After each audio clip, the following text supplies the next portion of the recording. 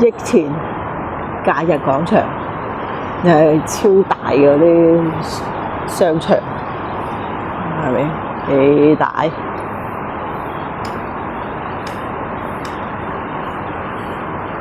隔離有一座瑞士，因為酒店係金色嘅，入咗嚟好大衫啦、精品啦、有啲名牌咯。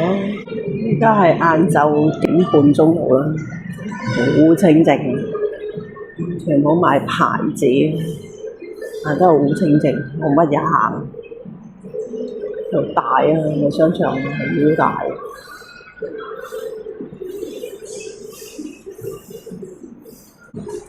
清靜到望去都冇人嘅，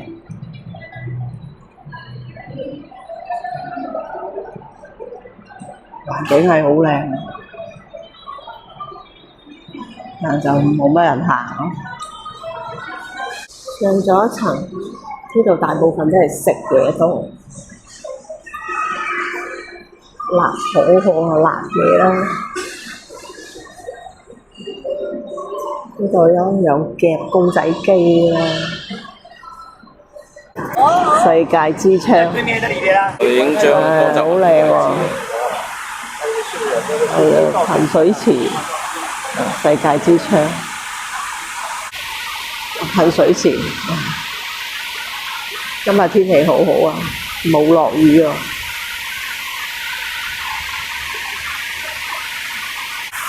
另外一邊方向俾大家睇就清楚啲，太貴我哋都唔入去，260蚊港幣入場券。啱啱見到個機械人掃地，自動販賣機，呢間鋪頭好大間，歡樂谷啊！隔離咧就係威尼斯酒店，呢個波士係好大間嘅，好犀利。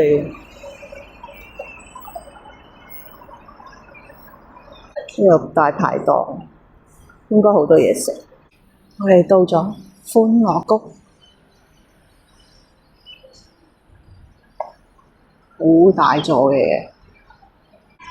上咗嚟，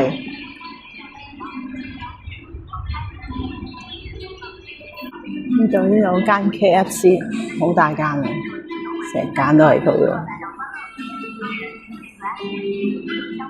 之後就名人蠟像館，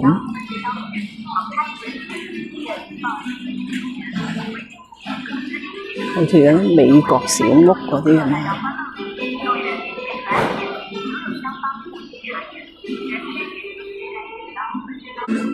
呢個係表演時間表，